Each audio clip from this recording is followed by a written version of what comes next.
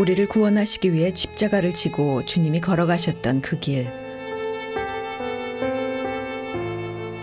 예수님의 발자취를 따라 비아 돌로로서를 걷는 이 순간, 영원히 지워지지 않을 사랑의 흔적이 새겨집니다.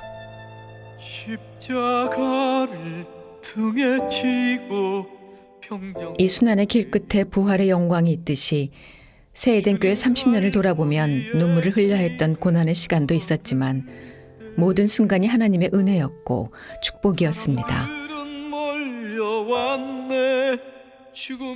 새 에덴 교회 30년을 기념하는 감사와 은혜의 고백, 블레싱 30. 예수님의 흔적을 담은 땅 이스라엘에서 하나님이 이 시대의 교회들에게 하시는 말씀을 들어봅니다.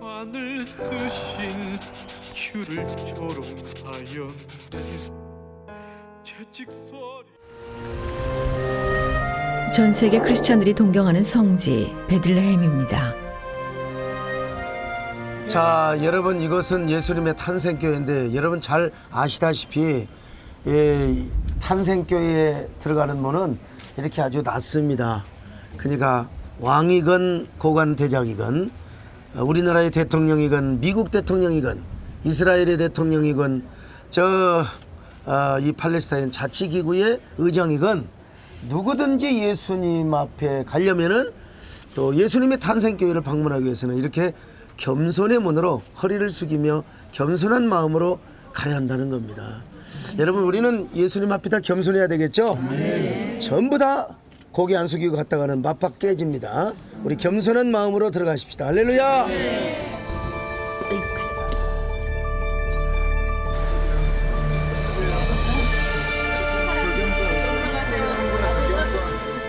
예수님의 탄생교회로 들어가기 위해서 머리를 숙이고 겸손의 문을 통과하다 보면 생명으로 인도하는 문은 좁다고 하신 예수님의 말씀이 떠오릅니다. 기독교 최대 성지인 탄생교회는 2012년에 팔레스타인의 세계문화유산으로 등재된 이후 유네스코에서 대대적인 보수 공사를 진행하고 있는데요. 공사 중에도 사람들이 가장 많이 찾는 성지가 바로 예수님의 탄생교회입니다.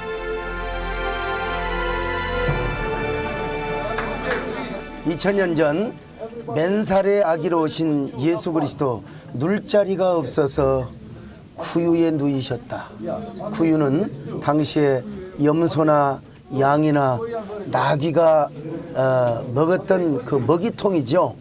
그리고 실제로 이 장소가 바로 목자들이 양들과 함께 잠을 잤던 곡식 창고 내지는 짐승들과 함께 잠을 잤던 헛간입니다.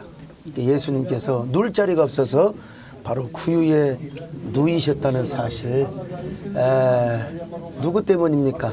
우리 때문에, 하나님, 우리를 향한 하나님의 그 절절한 사랑 때문에.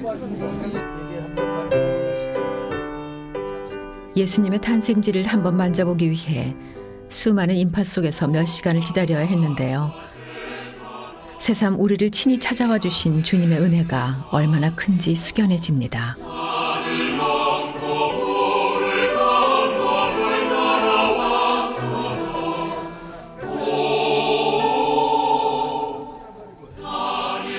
그 옛날 동방박사를 인도했던 별이 머물렀던 자리, 예수님이 탄생하신 곳입니다.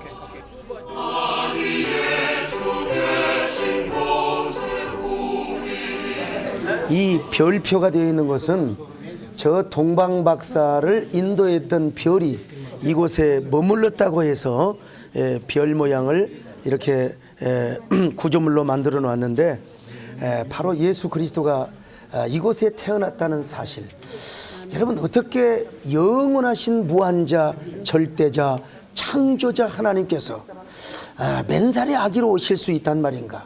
과연 어느 종교의 신이 흉내라도 낼 수 있으며 어느 종교의 교주가 이런 이야기를 흉내라도 낼 수 있단 말인가? 이것은 우리를 향한 하나님의 영원한 수수께끼 같은 사랑이요, 아이러니요, 영원한 신비의 사랑이 아닐 수 없습니다. 어찌 저 영원한 영광의 보좌를 버리시고 하나님께서 아기로 오실 수 있단 말인가? 이것은 말로 못할 경탄의 사랑이요. 우리는 그 감격과 그리고 울먹거리는 가슴으로 우리는 하나님을 찬양할 수밖에 없습니다. 이 하나님의 무궁한 영원한 절대적인 사랑을 어느 시인이, 어느 문학가가, 어느 물리학자가, 어느 과학자가 설명할 수 있단 말입니까? 이것은 바로 신비 중의 신비요, 경탄의 스토리요, 영원한 우리를 향한 하나님의 러브 스토리가 아닐 수가 없습니다. 우리는 이 놀라운 하나님의 사랑을 그저 경비할 뿐만 아니라 이곳에 오셔서 그 영광의 이야기를 우리는 찬양할 수밖에 없는 거죠. 우리 함께 찬양하십시다. 그 크신 하나님의 사랑 말로 다 영영 못하네. 전하고 높은 별을 넘어 이 낮고 낮은 땅 위에 충양가 못하네.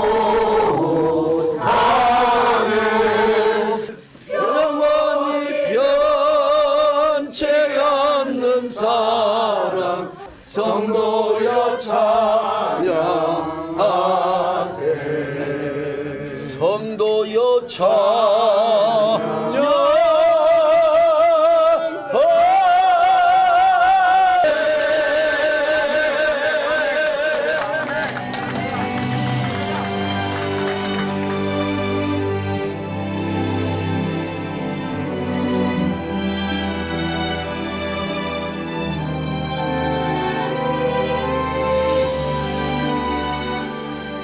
이천 년 전에 아기 예수님이 탄생하신 자리를 만져도 보고 그 현장에서 소리 높여 찬양도 부를 수 있도록 허락하신 하나님.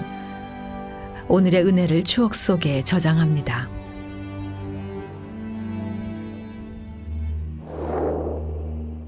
이곳은 예루살렘의 구시가지입니다.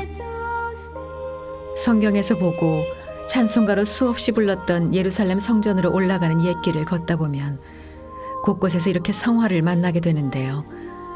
마치 성경 속으로 들어온 느낌입니다.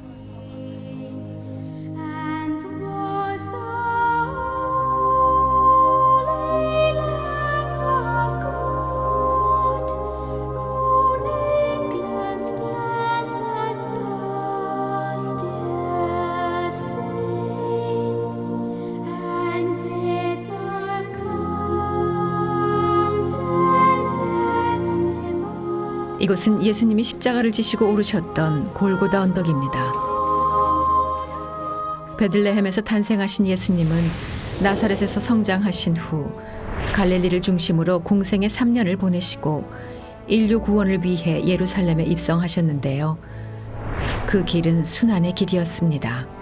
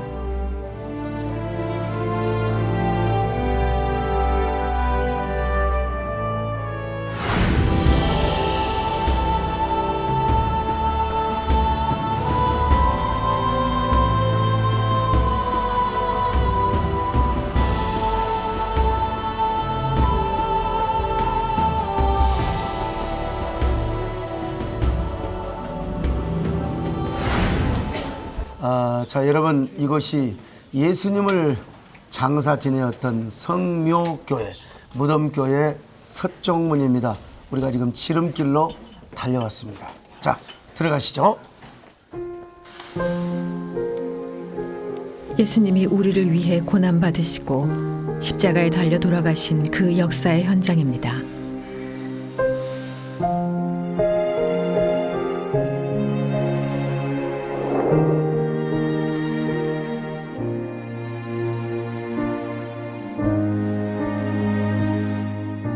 부활교회라고도 불리는 성묘교회는 기독교 역사상 가장 중요한 성지인데요.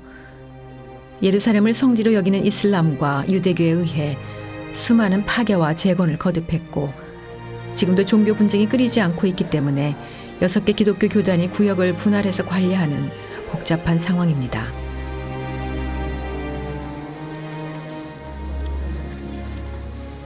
자, 여러분, 우리가 십자가 하면 골고다 언덕이 생각이 날 것이고 또 골고다 언덕 하면 십자가가 생각나죠. 지금 그나마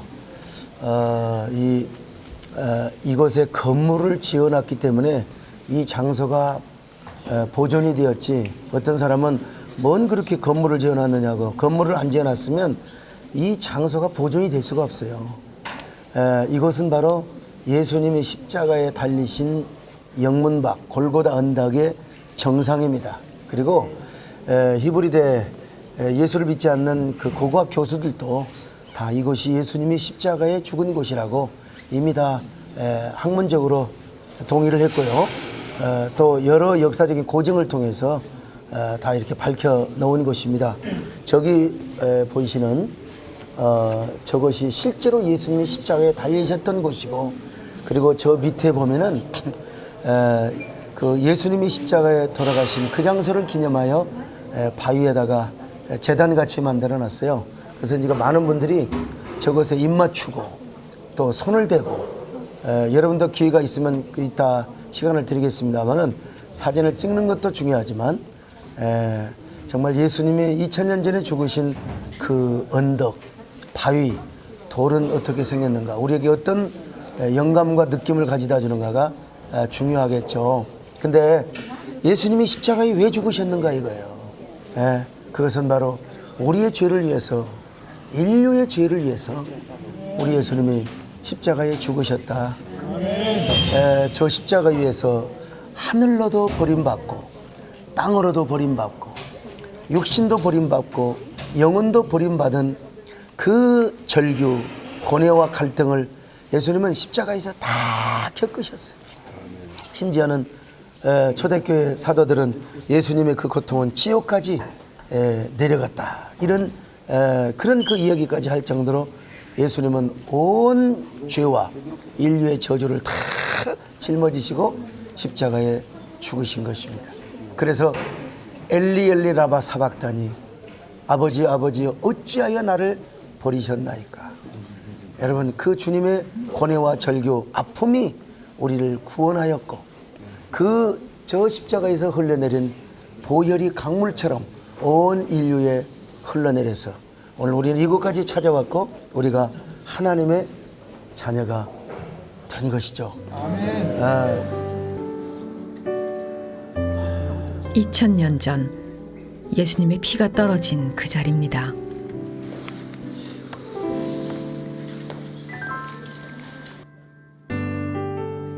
보혈의 흔적 앞에 무릎을 꿇는 순간 예수님의 십자가를 눈으로 보고 손으로 만진 것 같이 주님의 사랑이 더욱 선명해집니다.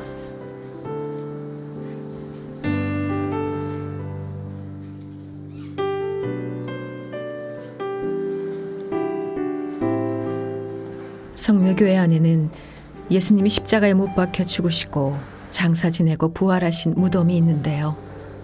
이곳은 아리마대 사람 요셉이 십자가에서 예수님의 시신을 내렸던 자리라고 합니다.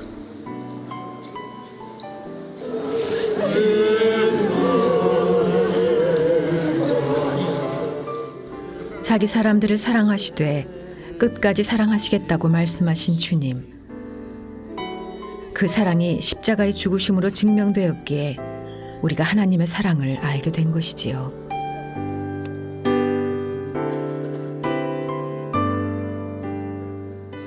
이곳은 성묘교회 안에 있는 예수님의 무덤 앞입니다.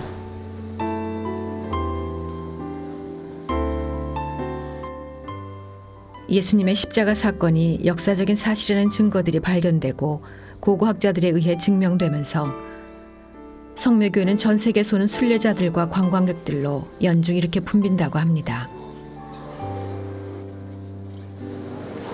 자, 우리는 예수님이 실제로 묻히셨던 무덤에 와 있습니다. 실제로 예수님께서 머리를 이곳에 누이시고 그리고 다리가 이쪽에 누이신 채 염을 한 채 이곳에 세마포로 둘러싸여서 누워 계셨습니다. 얼마나 막달라 마리아가 주님을 사모했으면 새벽 미명에 이곳으로 달려왔죠. 근데 무덤 문이 열려 있어요. 와 보니까 세마포 예수님을 감싼 구조물만 그대로 있지 예수님의 시신이 보이지 않습니다. 달려가서 예수님의 제자들에게 가서 외쳤습니다. 예수님 시신이 없다고. 베드로와 요한이 달려와서 보니까 실제로 없거든요. 근데 베드로가 와서 그 본 모습을 요한복음 20장 6절로 7절에서 이렇게 말씀하고 있습니다.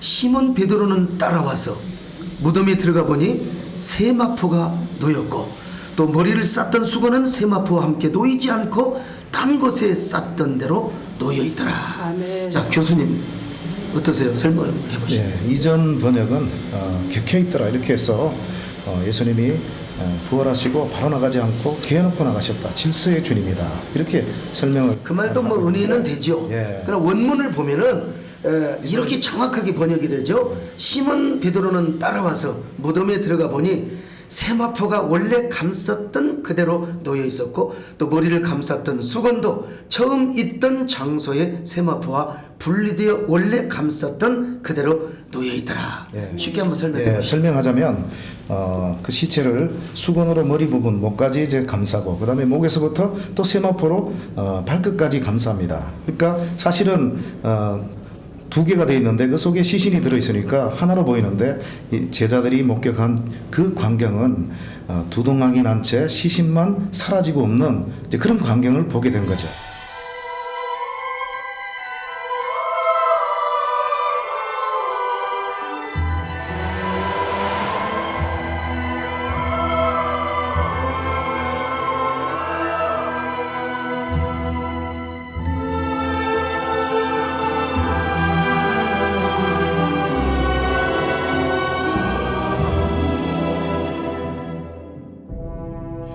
그러니까 자 예수님의 몸을 감쌌던 세마포가 따로 있고 머리를 감쌌던 세마포 수건이 있지 않습니까? 그런데 원래는 이어진 것처럼 보였지만 예수님이 증발하듯이 나방이 그 고추에서 나오듯이 증발하듯이 부활을 하셨는데 그런데 분리된 채이긴 하였지만 바로 예수님을 감쌌던 그 수건이 그대로 원 장소에 있더라.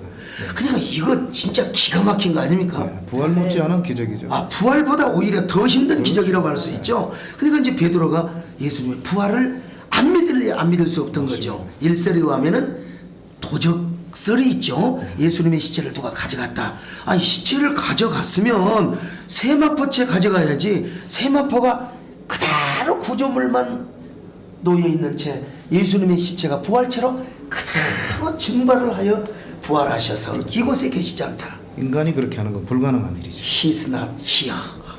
자, 그렇습니다. 그 성경 못지않게 아주 역사가들이 아주 중요한 절대적인 권위로 생각하는 요세푸스라는 책이 있지 않습니까? 예, 유대인- 거기서도 예수님의 부활을 맞습니다. 유대인 역사학자 요세푸스의 정언은 가장 권위 있는 정언이라 할 수 있는데 그의 책 요세푸스 18권 63, 64편에 보면 이런 내용이 있습니다. 예수님이 하나님의 아들이셨고 또 그래서 많은 사람들이 따랐고 예수님은 죽으셨다가 3일 만에 확실하게 부활하셨다 이런 정언이 있습니다. 그러니까 요세푸스는 유대 제사장 출신입니다. 그는 예수를 믿지 않는 사람이었어요. 그런데 그는 메시아였고 그는 그리스도였다. 수많은 사람이 따랐는데 그리고 유대 지도자들에 의해서 십자가에 죽었지만 사흘 만에 다시 살아났다. 아멘. 사흘 만에 다시 부활했다. 아멘.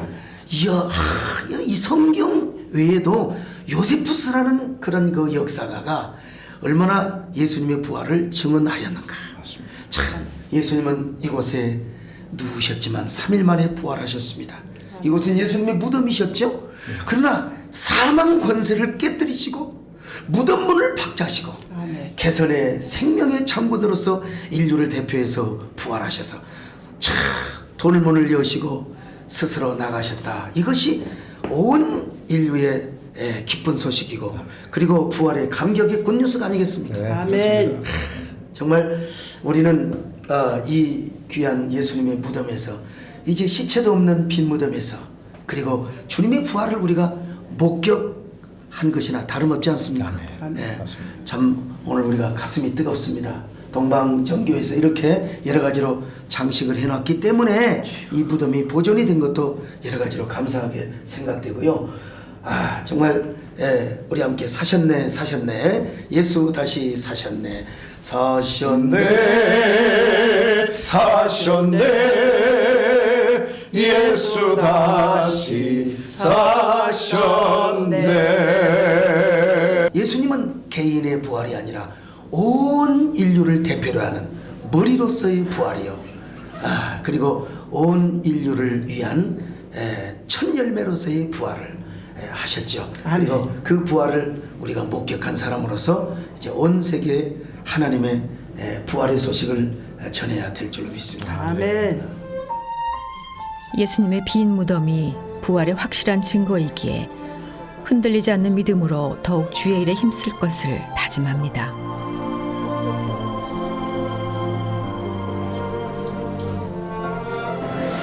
제가 이렇게 예수님께서 이렇게 십자가에 못 박혀 돌아가시면서 지금 이 자리에서 제가 왔을 때 너무 감동되고 저희 죄를 이렇게 예수님이 십자가에 못 박혀서 보혈로 저희를 용서해줬다는 것에 이 자리가 진짜 너무 감사하고 더 열심히 주님 앞에서 제가 사명 잘 감당하고 그렇게 제가 살고 싶습니다. 너무 감사하고 또 이렇게 성지순례 온 것 또한 저 너무 감사하게 또 하나님께 감사를 드리고 싶어요. 부활하신 예수님을 보지 않고 믿을 수 있었던 것도 큰 은혜였지만 오늘 이렇게 예수님이 죽으시고 부활하신 현장을 와서 보니 만 백성을 구원하시기 위해 아들을 내어주신 하나님 아버지의 사랑이 더욱 크게 느껴집니다.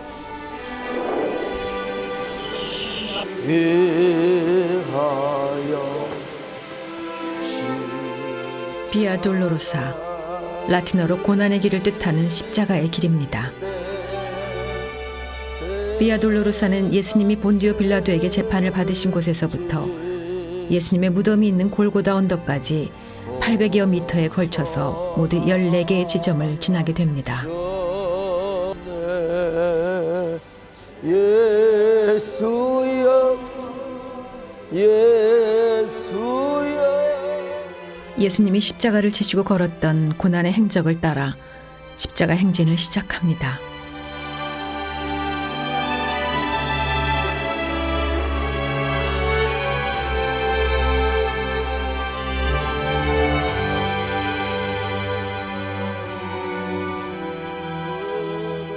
주님이 걸으셨던 십자가 고난의 길.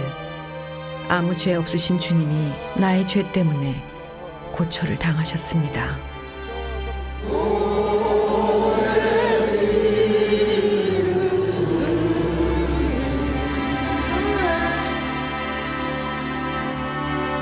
우리를 구원하시기 위해 십자가를 대신 지신 주님의 사랑이 오늘 우리를 여기까지 인도하셨습니다.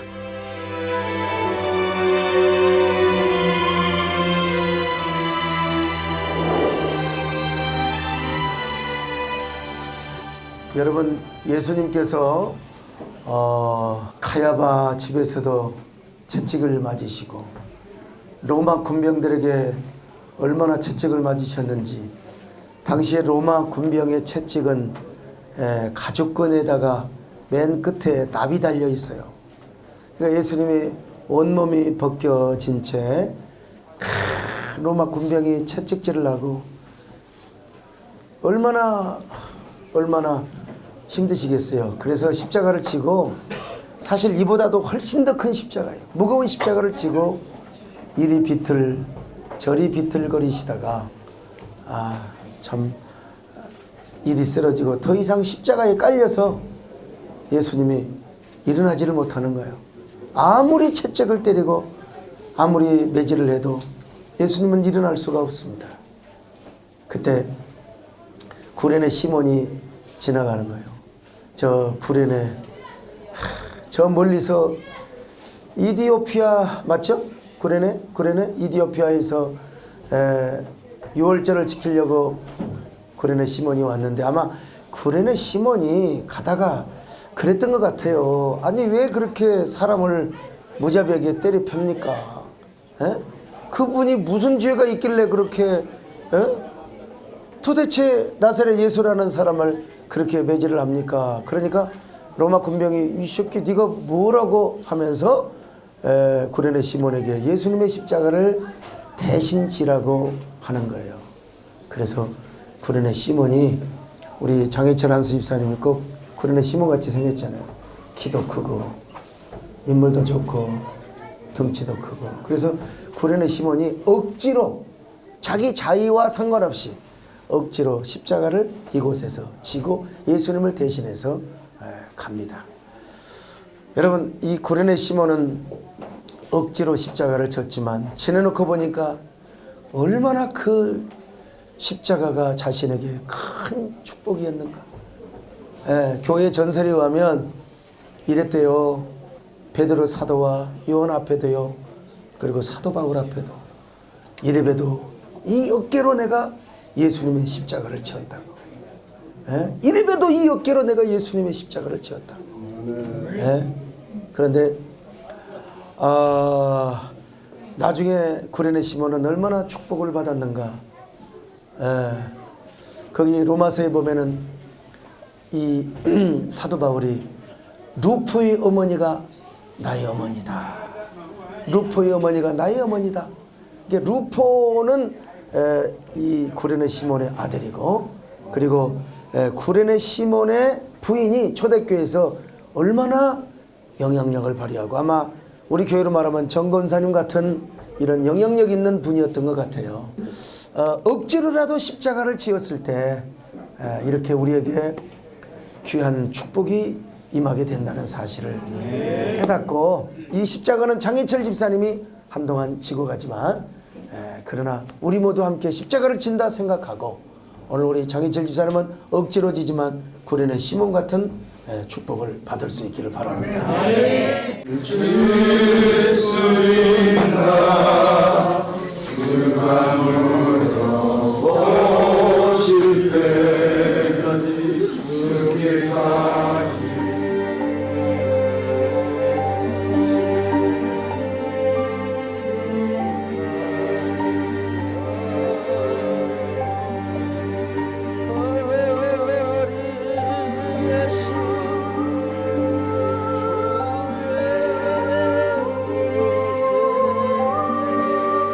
억지로 예수님의 십자가를 져야 했던 구레네 시몬의 마음은 어땠을까요?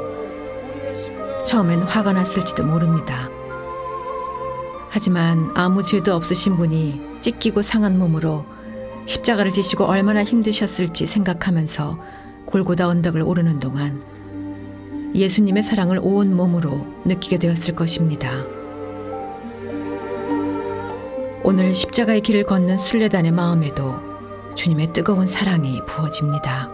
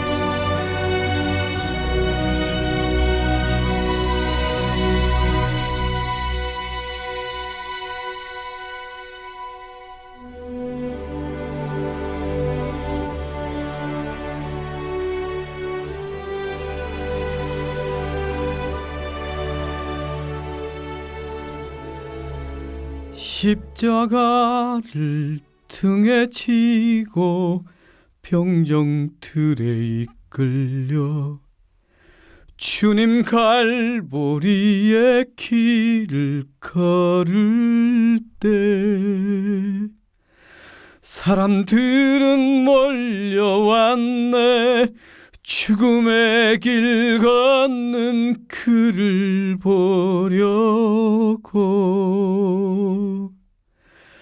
가시멸 육관을 쓰신 주를 조롱하였네. 채찍 소리에 흥겨워하면서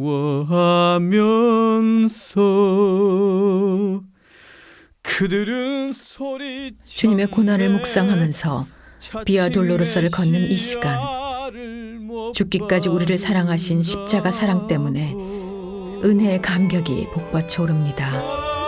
사랑하는 죄자마저 모두 떠나버리고 증오와 멸시의 비웃음 속에서 너와 나를 위한 그의 애절한 사랑 때문에 주님은 그 길을 걸어가셨네. 갈보리 길.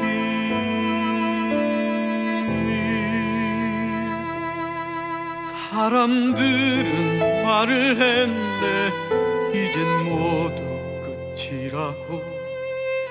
더 이상 그를 기대할 수 없다고.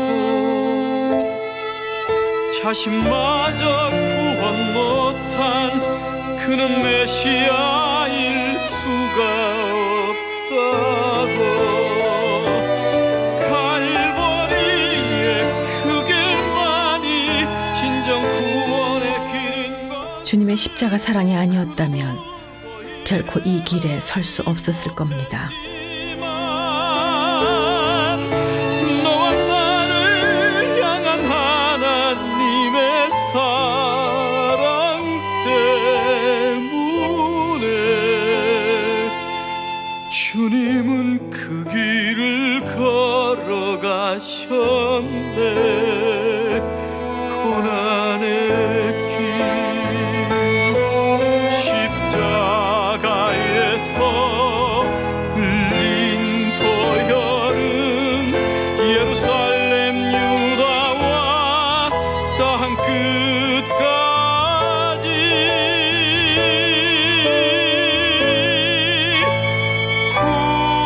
구원의 강물. 우리에게 생명을 주신 주님의 은혜에 보답하기 위해 마음을 다하고 지혜를 다하고 힘을 다하여 하나님을 사랑하고 이웃을 사랑하겠습니다. 모두 비웃고 조롱하며 떠난 바로 그 길. 이곳은 비아 돌로로서 제9지점으로 예수님이 세 번째 쓰러지신 곳을 기념하는 곳입니다. 골고다 언덕이 가까워지고 있습니다. 예수님께서 십자가를 지시기 위해 이 길을 오르실 때처럼 구경하는 사람들의 시선이 차갑게 부딪힙니다.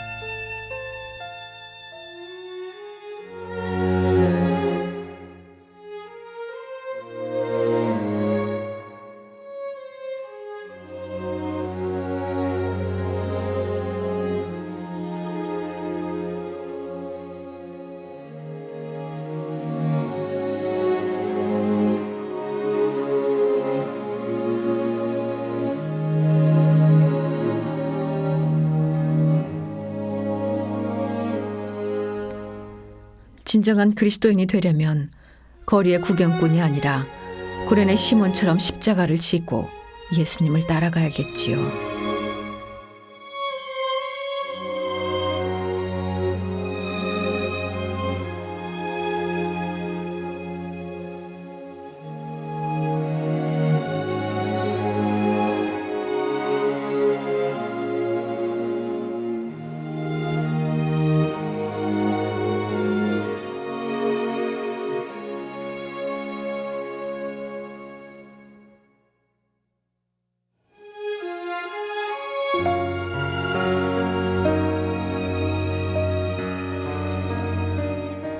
십자가를 접은 사람만이 품을 수 있는 긍휼과 사랑의 마음으로 교회를 세우고 이웃을 섬기기를 원합니다.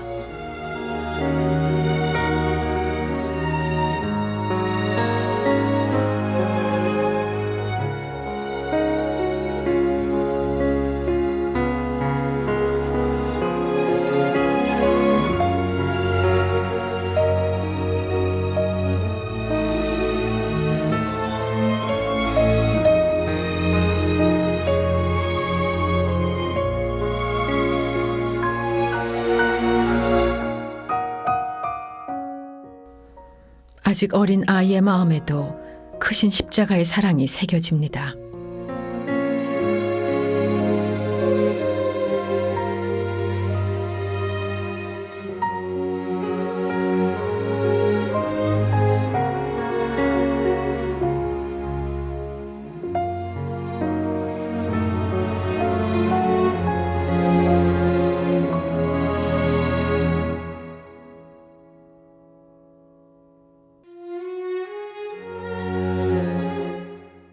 값없이 주어진 십자가의 사랑, 그 은혜를 입은 자의 삶은 주님의 것입니다.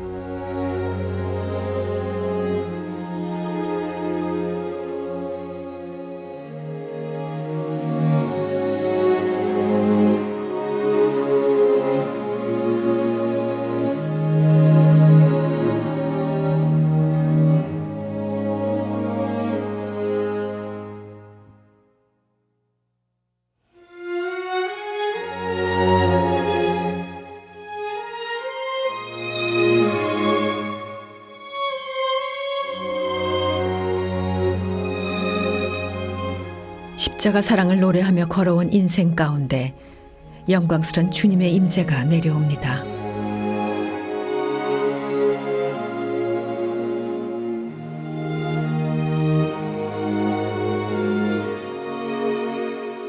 예수님의 흔적을 간직하고 있는 땅 이스라엘에서 하나님의 들려주신 말씀들을 마음에 새기고 예수님처럼 사명의 십자가를 지기를 원합니다. 우리가 지금 그 예수님의 십자가를 감상적으로 느끼고 또 우리가 그때의 2000년 전의 사건을 지금 오늘의 사건으로 재현하는 거 정말 중요하죠. 근데 중요한 건 뭐냐면 우리 예수님께서 우리에게 또 하나의 십자가의 고난을 남겨주셨거든요. 이게 골로새서 1장 24절로 25절에 보니까 그리스도의 남은 고난이라고. 그 남은 고난이 뭐예요?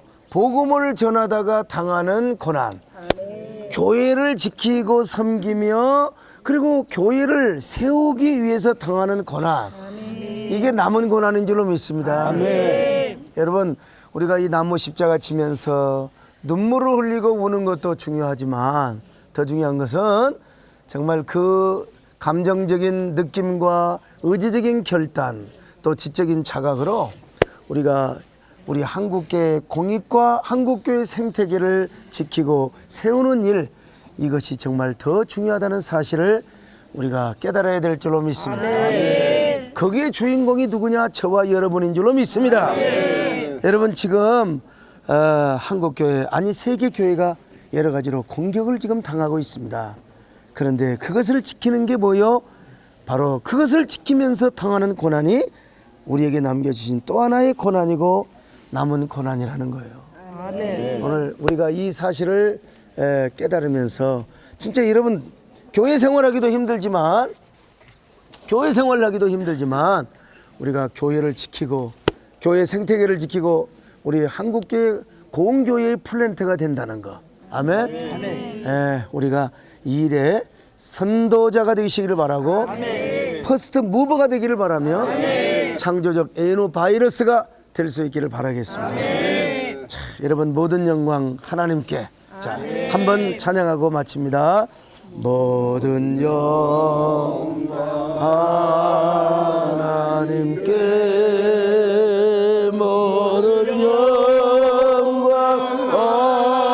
하나님께, 모든 영광 하나님께. 나는 자유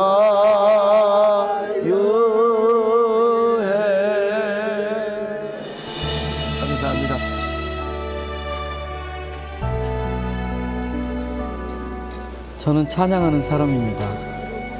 그동안 무대에서 교회 수많은 집회에서 수많은 예배 때마다 주님을 노래하고 주의 복음을 증거하고 특별히 위아 돌로로다 고난의 길을 참 많이 불러봤죠. 그런데 주님이 정말로 걸으신 이 고난의 길을 오늘 올라오면서 이 찬양을 수도 없이 불러보았습니다. 그런데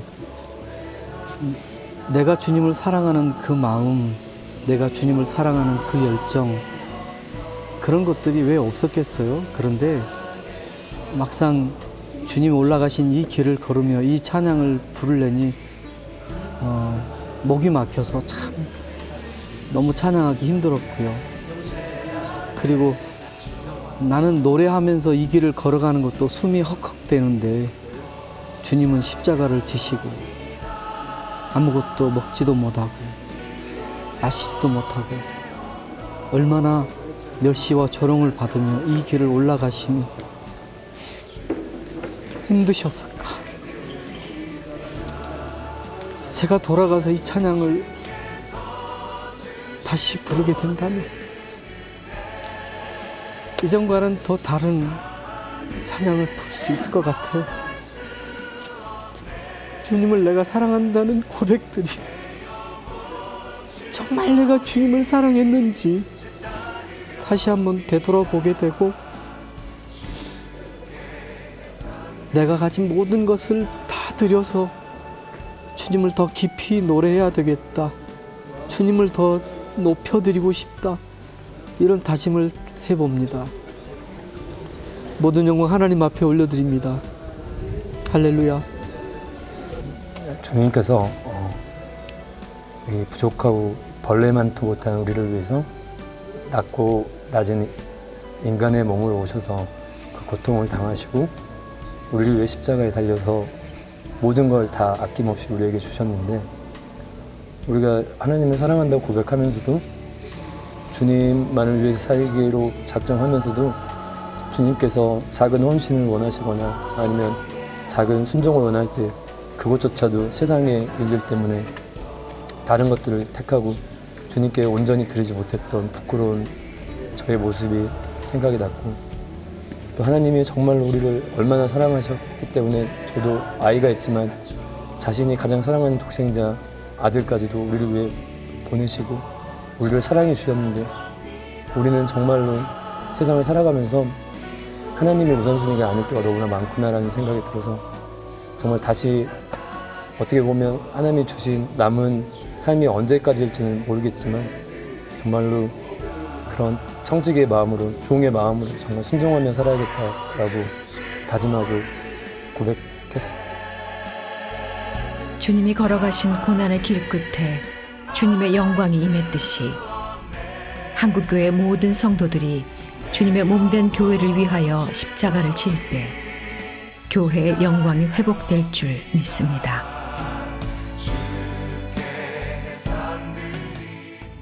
일주일 동안 꿈 같은 시간을 보내고 하루하루가 너무 행복했습니다. 그래서 정말 이렇게 올 수 있도록 하나님 인도하셨고 또 목사님이 이런 선포를 하시지 않았으면 이런 기회도 없었을 텐데 이렇게 기회를 주셔서 목사님께도 감사하고 세대께도 제가 또 섬길 수 있어서 감사하고 이렇게 함께 해줄 수 있는 또 성도들 같이 기쁨으로 다 동참하셔서 너무 감사하고 하여튼 한 주간이 정말 꿈같이 지나간 것 같아요. 너무 이렇게 그러니까 이스라엘을 떠난다는 것이 아쉬울 정도로 그렇게 참 기쁨의 하루하루였습니다. 정말 우리가 다른 사람들한테 이야기만 들었던 모든 것들을 현장에 와서 주님의 발자취를 하나하나 주님의 살아온 그 모습을 우리가 경험하면서 우리가 정말 그 자리를 갔을 때 그 감동은 이루 말할 수도 없고요. 정말 주님이 우리를 위해서 얼마나 많은 고난을 당하셨고 또 오늘에 있기까지 우리를 이렇게 사랑하시기까지 주님의 그 사랑을 느꼈습니다. 주님의 높고 위대하심은